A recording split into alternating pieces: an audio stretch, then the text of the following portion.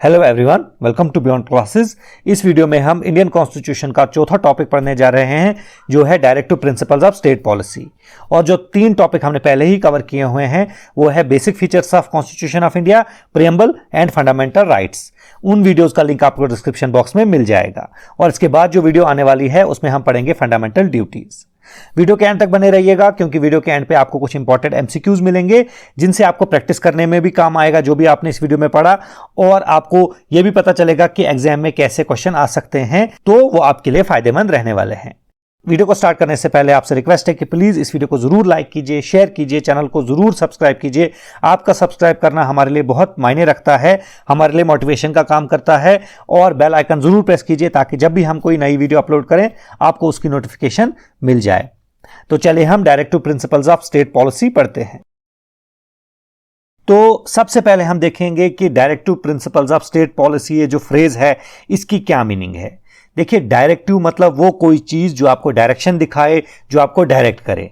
और प्रिंसिपल्स का मतलब होता है असूल, मतलब डायरेक्शन दिखाने वाले असूल। ठीक है। ऑफ स्टेट पॉलिसी, स्टेट का मतलब क्या है? स्टेट का मतलब जैसे हमने फंडामेंटल राइट्स में पढ़ा कि स्टेट में बहुत से इंस्टीट्यूशंस आते हैं, जैसे सेंट्रल गवर्नमेंट, उसका लेजिस्लेटिव और एग्जीक्यूटिव ऑर्गन, वैसे ही स्टेट गवर्नमेंट के लेजिस्लेटिव और executive organs, local government PSUs या कोई प्राइवेट जो ऑर्गेनाइजेशन है जो गवर्नमेंट की एजेंसी की तरह काम करती हैं, ये सारे जो हैं ये स्टेट के अंडर आते हैं। मतलब ये सारे स्टेट हैं, है ना। और उसकी पॉलिसी, इसका मतलब क्या है? जब भी स्टेट, ये जो सारे इंस्टीट्यूशंस हैं, ये कोई पॉलिसी बनाते हैं तो उनको उस पॉलिसी बनाने के लिए जो प्रिंसिपल, जो असूल डायरेक्ट करते हैं, रास्ता दिखाते हैं, डायरेक्शन दिखाते हैं, उनको बोलते हैं directive principles of state policy. समझ आया आपको? Directive principle of state policy क्या है? ये वो आइडियल्स हैं, मॉरल प्रिंसिपल्स हैं जो स्टेट को दिमाग में रखने चाहिए जब वो पॉलिसीज बनाते हैं या जो लॉज हैं उनको एनेक्ट करते हैं। देखिए, आपके पर्सनल भी कोई असूल होते हैं ना, जैसे हम सुनते हैं अक्सर कोई असूली आदमी, तो वो जब भी कोई काम करता है तो उन असूलों के हिसाब से करता है। वैसे ही ये वो असूल हैं जो स्टेट को दिमाग में रखने हैं जब वो कोई पॉलिसी बनाते हैं या जब वो कोई लॉ को इनेक्ट करते हैं। ठीक है। ये जो directive principles of state policy है, जिनको शॉर्ट फॉर्म डीपीएसपीज भी बोला जाता है, ये कॉन्स्टिट्यूशनल इंस्ट्रक्शंस हैं। मतलब ये इंस्ट्रक्शंस हैं ऑब्वियसली, लेकिन कॉन्स्टिट्यूशन में दी गई हैं, या इनको हम रिकमेंडेशंस भी बोलते हैं, जो स्टेट को दिमाग में रखने हैं किन मसलों में? जब वो कोई लेजिस्लेटिव मसला उठाएं, मतलब जब वो कोई लॉ बनाएं या लॉ को एग्जीक्यूट करें, या कोई एडमिनिस्ट्रेटिव मामला हो, उस टाइम पे जब वो कोई काम कर रहे हो, वो लेजिस्लेटिव हो, एग्जीक्यूटिव हो, एडमिनिस्ट्रेटिव हो, उस टाइम इनको ये जो इंस्ट्रक्शंस है, कॉन्स्टिट्यूशनल इंस्ट्रक्शन या रिकमेंडेशंस, जिनको डीपीएसपीज बोला जाता है, वो दिमाग में रखने हैं। और आपको पता है, जैसे मैंने पहले भी कहा है, कि जो इंडियन कॉन्स्टिट्यूशन है उसमें जो बहुत से प्रोविजंस हैं वो बोरोड हैं। तो इनका आइडिया जो है, डीपीएसपीज का आइडिया आया था आयरिश कॉन्स्टिट्यूशन से, है ना। और डॉक्टर अंबेडकर जो थे वो इनको बोलते हैं, ये जो डीपीएसपीज हैं इनको बोलते हैं novel feature of constitution of India. मतलब वो फीचर जो नया फीचर है, जो कहीं हमें नॉर्मली दिखता नहीं है। ठीक है। और directive principle of state policy और फंडामेंटल राइट जो हैं, ये दोनों मिलके फिलॉसफी ऑफ कॉन्स्टिट्यूशन बनाते हैं। मतलब जो फिलॉसफी है कॉन्स्टिट्यूशन की, आखिर कॉन्स्टिट्यूशन जो है वो चाहता क्या है, वो किन पिलर्स पे बेस्ड है, वो हैं directive principles along with fundamental rights. और ये सोल ऑफ द कॉन्स्टिट्यूशन है, मतलब आत्मा, बहुत इंपॉर्टेंट चीज, सबसे इंपॉर्टेंट चीज आत्मा जो है वो है directive principles of state policy और fundamental rights of citizens of India, या जो भी हैं फॉरेनर्स के भी। ठीक है। फंडामेंटल राइट तो हमने पिछली वीडियो में डिटेल में पढ़ा है। ठीक। जो ग्रैनविल ऑस्टिन है वो बोलते हैं directive principles of state policy जो इंडिया के कॉन्स्टिट्यूशन में है, और फंडामेंटल राइट्स, इन दोनों को वो मिला के बोलते हैं कॉन्शियस ऑफ कॉन्स्टिट्यूशन, मतलब जमीर कॉन्स्टिट्यूशन की, या हिंदी में अगर कहें तो अंतर आत्मा कॉन्स्टिट्यूशन की। मतलब ये दो चीजें कितनी ज्यादा इंपॉर्टेंट हैं। और इंडियन कॉन्स्टिट्यूशन में जो ये डीपीएसपीज हैं वो हैं पार्ट 4 में। और पार्ट 4 में कौन कौन से आर्टिकल आते हैं? आर्टिकल 36 से लेके आर्टिकल 51 तक। ठीक है। तो आगे बढ़ते हैं। तो जो डायरेक्टिव प्रिंसिपल्स हैं वो नॉन जस्टिशिएबल इन नेचर हैं, मतलब वो लीगली एनफोर्सेबल नहीं है। जैसे हमने पिछली वीडियो में पढ़ा फंडामेंटल राइट्स, अगर आपका कोई फंडामेंटल राइट इन्फ्रिंज हो जाता है, वायलेट हो जाता है, तो आप हाई कोर्ट या सुप्रीम कोर्ट में जाके उस जो फंडामेंटल राइट है जो इन्फ्रिंज हुआ है उसको इंप्लीमेंट करा सकते हो, उसको एनफोर्स करा सकते हो। लेकिन अगर डायरेक्टिव प्रिंसिपल जो है वो कोई स्टेट अथॉरिटी जो है उसको इंप्लीमेंट नहीं करती है, उसको फॉलो नहीं करती है, तो उसको इंप्लीमेंट कराने के लिए, उसको एनफोर्स कराने के लिए आप कोर्ट का दरवाजा खटखटा नहीं सकते हो, क्योंकि वो नॉन जस्टिशिएबल हैं। कोर्ट उस मामले में आपका कोई साथ नहीं दे सकती। समझ आया? लेकिन आर्टिकल 37 जो है वो क्या कहता है कि दीज प्रिंसिपल्स और fundamental in the governance of country, कि इंडिया को चलाने में, इंडिया की गवर्नेंस में ये जो प्रिंसिपल्स हैं, डीपीएसपीज हैं, ये बेसिक हैं, फंडामेंटल हैं, और हर एक स्टेट अथॉरिटी को इनको फॉलो करना ही करना है जब वो कोई लॉ बनाते हैं। ये स्टेट की ड्यूटी होनी चाहिए। स्टेट की मैंने आपको बहुत बार मीनिंग बताई, तो ये स्टेट की ड्यूटी होनी चाहिए कि इन प्रिंसिपल्स को वो फॉलो करे व्हाइल मेकिंग लॉज। ठीक, इसका मतलब क्या है कि आर्टिकल 37 जो है वो डीपीएसपीज को इंप्लीमेंट करना मॉरल ऑब्लिगेशन बनाता है स्टेट अथॉरिटीज की। मतलब क्या है कि नैतिक जिम्मेदारी, अखलाकी जिम्मेदारी बनाता है कि जो भी गवर्नमेंट का हिस्सा है, जो भी स्टेट है, उसको क्या करना है, उसको इनको मॉरली जो है इंप्लीमेंट करना है। देखिए, एक होती है लीगल ऑब्लिगेशन, मतलब अगर आप लीगल ऑब्लिगेशन पूरी नहीं करते हो तो आपके खिलाफ केस हो सकता है, लेकिन मॉरल ऑब्लिगेशन को ना पूरा करने पे आपके खिलाफ कोई केस नहीं होगा। लेकिन ये नैतिक जिम्मेदारी होती है, समझ आ रही है आपको? इखलाकी जिम्मेदारी होती है जो आपको एज अ ह्यूमन बीइंग करना चाहिए। ठीक है, और ये जो डीपीएसपीज हैं ये एक और बहुत इंपॉर्टेंट काम करते हैं। ये क्या करते हैं? ये जुडिशियल रिव्यू में हेल्प करते हैं कोर्ट्स की। मतलब क्या है, इनको इस्तेमाल करके जो कोर्ट्स हैं वो किसी लॉ की कॉन्स्टिट्यूशनल वैलिडिटी को डिटरमाइन करते हैं। जो भी कोई एक्ट, जो भी कोई लॉ बनाती है सरकार, ठीक है, क्या वो लॉ कॉन्स्टिट्यूशनल है, कॉन्स्टिट्यूशन के साथ चल रहा है, वो देखने के लिए, वो एग्जामिन करने के लिए जो कोर्ट्स हैं वो डीपीएसपीज का इस्तेमाल कर सकती है। अगर वो लॉ डीपीएसपीज के खिलाफ जा रहा है तो कोर्ट जो है वो उस लॉ को अनकॉन्स्टिट्यूशनल डिक्लेयर कर सकती है। ठीक है, एक और इंपॉर्टेंट बात है कि आर्टिकल 36 जो है वो कहता है कि स्टेट की डेफिनेशन फॉर पार्ट 4, मतलब जो डीपीएसपीज हैं वो वही है जो पार्ट 3 में है। मतलब क्या है, जो हमने पार्ट 3 मतलब पीछे जो फंडामेंटल राइट्स पढ़े उनमें जो स्टेट की डेफिनेशन है वही जो है वही डीपीएसपीज के लिए ही है। जैसे हमने पीछे पढ़ा, क्या क्या पढ़ा था कि सेंट्रल गवर्नमेंट के लेजिस्लेटिव ऑर्गन और एग्जीक्यूटिव ऑर्गन, स्टेट गवर्नमेंट के लेजिस्लेटिव ऑर्गन और executive organ, local self government वगैरह, और जो पीएसयूज वगैरह होते हैं, और जो भी कोई प्राइवेट जो होती है एजेंसी वो गवर्नमेंट का अगर काम करती है तो वो भी स्टेट की डेफिनेशन में आता है। समझ आ रही है आपको? और एक फीचर है वो क्या है कि फंडामेंटल राइट जो हैं they enjoy supremacy over DPSPs. मतलब जब भी कोई डीपीएसपी जो है वो फंडामेंटल राइट के खिलाफ जाता है तो फंडामेंटल राइट जो है उसको इंप्लीमेंट किया जाएगा, ना कि directive principle of state policy. लेकिन पार्लियामेंट को यह पावर दी गई है कि वो फंडामेंटल राइट्स को अमेंड कर सकती है डायरेक्टिव प्रिंसिपल्स को इंप्लीमेंट करने के लिए, एज लॉन्ग एज ये जो अमेंडमेंट है ये basic structure of the constitution को डिस्ट्रॉय ना करे। अब आप पूछोगे कि बेसिक स्ट्रक्चर क्या है? देखिए, कभी हम आगे पढ़ेंगे किसी वीडियो में कि बेसिक स्ट्रक्चर क्या है। ये एक बहुत बड़ा टॉपिक है और बहुत इंपॉर्टेंट टॉपिक है, लेकिन यहां पे मैं थोड़ा बता दूं कि ये जो बेसिक स्ट्रक्चर है उसमें वो चीजें आती हैं जो कॉन्स्टिट्यूशन की सोल है। मतलब बेसिक स्ट्रक्चर को अगर डिस्ट्रॉय किया जाए तो वो कॉन्स्टिट्यूशन वैसा नहीं रहेगा जैसे फाउंडिंग फादर्स ने कॉन्स्टिट्यूशन बनाया था। समझ आ रही है? जैसे एक पॉइंट में बताऊंगा, सुप्रीमेसी ऑफ कॉन्स्टिट्यूशन। जो कॉन्स्टिट्यूशन है वो हमेशा सुप्रीम रहना चाहिए इंडिया में, हर लॉ के ऊपर, सबसे ऊपर जो आना चाहिए वो कॉन्स्टिट्यूशन आना चाहिए। ये बेसिक स्ट्रक्चर है, अगर ये हम तोड़ देंगे तो कॉन्स्टिट्यूशन नहीं रहेगा। समझ आ रही है आपको? तो और कभी आगे जो है वो बेसिक स्ट्रक्चर हम किसी वीडियो में डिटेल में पढ़ेंगे। तो फंडामेंटल राइट्स को जो है वो पार्लियामेंट अमेंड कर सकती है for the implementation of directive principles as long as they don't destroy basic structure. Clear है ये? और अगर हम 25th कॉन्स्टिट्यूशनल अमेंडमेंट एक्ट जो 1971 में आया उसको पढ़ेंगे, वो जो है वो फंडामेंटल राइट जो आर्टिकल 14 के अंदर आते हैं, right to equality of law and equal protection of law, जो आर्टिकल 14 है, और आर्टिकल 19 जो है जो हमें 6 राइट्स देता है ना, आपको पता है, जैसे right to assembly, right to free speech वगैरह जो भी हैं वो हमें देता है। ये जो 2 आर्टिकल्स हैं, ये जो 2 फंडामेंटल राइट्स हैं वो सबऑर्डिनेट कर दिए गए हैं to directive principles of state policy mentioned in article 39B and 39C। मतलब क्या है इसका कि अगर जो डायरेक्टिव प्रिंसिपल एज पर आर्टिकल 39B और 39C हैं, उनको इंप्लीमेंट करने के लिए अगर कोई एक्ट बनाया जाता है और वो एक्ट जो है वो फंडामेंटल राइट्स जो हैं आर्टिकल 14 के अकॉर्डिंग और आर्टिकल 19 के अकॉर्डिंग उनके खिलाफ जाता है, तो वो जो है वो एक्ट वॉइड नहीं होगा। क्यों? क्योंकि आर्टिकल 14 और article 19 they are subordinate to article 39B and article 39C। अब ये क्या है आर्टिकल 39B और 39C, वो हम आगे पढ़ेंगे। क्लियर है? ये सारे पॉइंट्स क्लियर हैं? तो अगर आपको कोई बात समझ नहीं आती है तो आप हमें कमेंट बॉक्स में बता सकते हैं, हम वहां पे आपको समझा देंगे। ठीक है, तो चलिए हम आगे बढ़ते हैं और हम देखते हैं classification of directive principles of state policy. अगर आप इंटरेस्टेड हैं तो आप हमारे वीडियोस के कंटेंट को पीडीएफ फॉर्मेट में भी ले सकते हैं। उसके लिए स्क्रीन पे दिए हुए नंबर पे आप हमें व्हाट्सएप कीजिए। उसके लिए आपको सिर्फ 359 रुपीज़ की छोटी सी कंट्रीब्यूशन करनी होगी। और जितनी भी आज तक हमने वीडियोस बनाई हैं आप चैनल पे चेक कर सकते हैं प्लेलिस्ट में, और जितनी भी एग्जाम तक बनाएंगे उनका कंटेंट आपको मिल जाएगा पीडीएफ फॉर्मेट में। ओके, अब देखेंगे हम क्लासिफिकेशन ऑफ डायरेक्टिव प्रिंसिपल्स।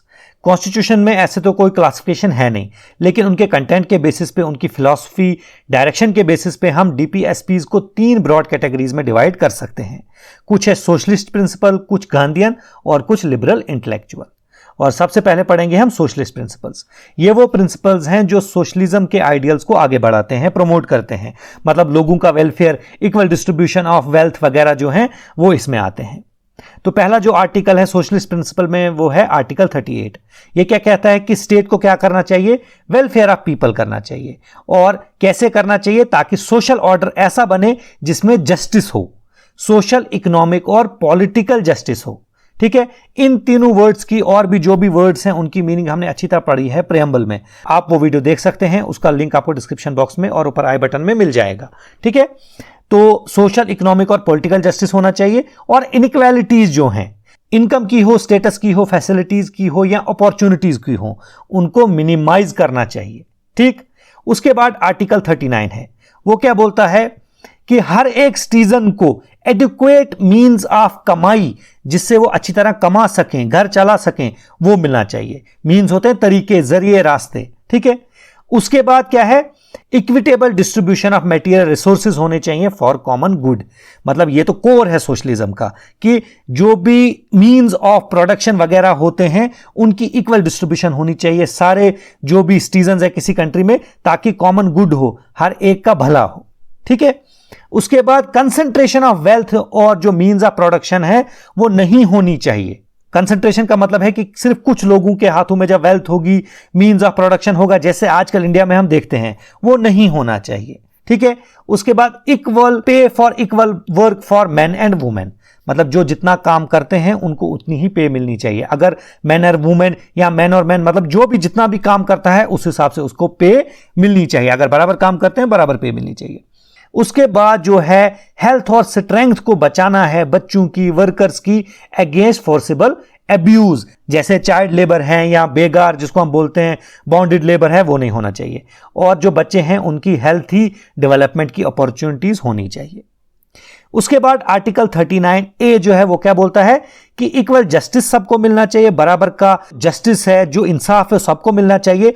और गरीबों को फ्री लीगल एड, मतलब कानूनी मदद जो है वो मिलनी चाहिए गरीबों को। उसके बाद आर्टिकल 41 जो बोलता है वो क्या बोलता है कि right to work, right to education, right to public assistance, मतलब सरकार की मदद मिलनी चाहिए। किनको? अनएम्प्लॉयमेंट के केस में, ओल्ड एज के केस में, सिकनेस, मतलब अगर कुछ लोग जो बीमार हैं उनको या डिसेबल जो हैं उनको मिलनी चाहिए।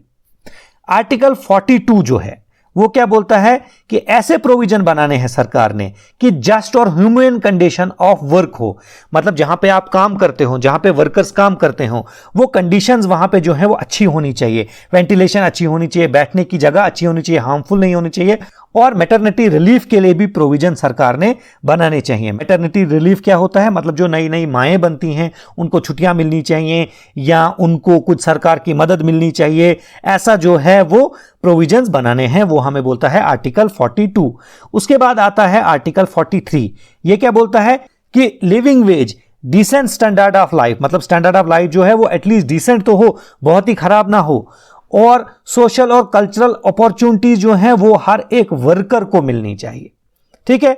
उसके बाद आर्टिकल 43A जो है वो क्या बोलता है कि सरकार को स्टेप्स लेने हैं ताकि जो मैनेजमेंट होती है इंडस्ट्रीज की, उनमें वर्कर्स जो हैं वो हिस्सा ले पाएं, ठीक है, डिसीजन मेकिंग में हिस्सा ले पाएं।